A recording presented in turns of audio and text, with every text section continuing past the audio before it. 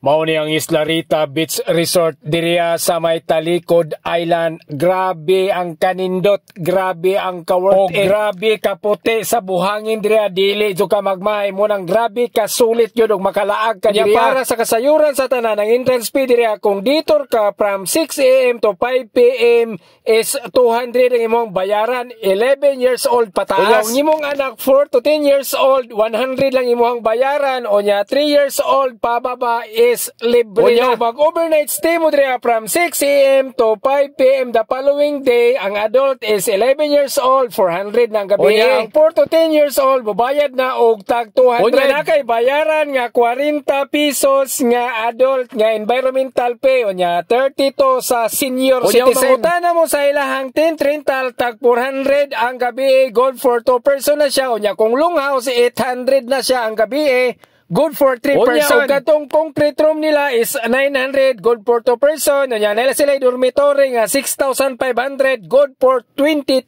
person. O yung ilahang cottage na good for 15 person is 400 ang gabi kung mag-overnight ka. O yan, pangutana sa kanang pamasahe sa bangka, 200 ang pamasahe, 3 years old pataas. And kana na pamasahe, padulong lang na siya. Kumbaga, one way lang ba, padulong or pauli. So, 400 tanan ang imuhang bayaran nga pamasahe, padulong sa ilaha o pauli paingon pabalik sa Santa Ana. So mangutana mo kung sang orasa mo gikan ang ilang bangka, gikan diha sa may Santa Ana alas 9 sa buntag mo gikan. Pero dili ka mabalaka kay daghan og nagabiyahe dira paingon og Talikod Island ay alas 10 nya alas 12:30. So paper nga dili ka makaapa sa ilahang bangka nga kanang sa Isla Rita mismo nga bangka, pwede ra ka mo sakay sa ubang bangka dito lang ka sa Talikod nga port, ibaba mo baklay na lang ka. Mangutana po kagunsang orasa ang ilahang pabalik paingon og Davao City alas 3 hapon mo balik na sila og muna na ilahang last trip. Kay medyo kusog ang current sa dagat diriya, unya kusog kayong hangin ba. Na sila mga cooking services ha, unya na sila of course na sila charge, unya na sila corkades nga 25% of resort. Dagan sila amenities nga pwede nimong kapilian ha, gikan sa cottage, dormitory, rooms for couples and family, unya na sila function hall,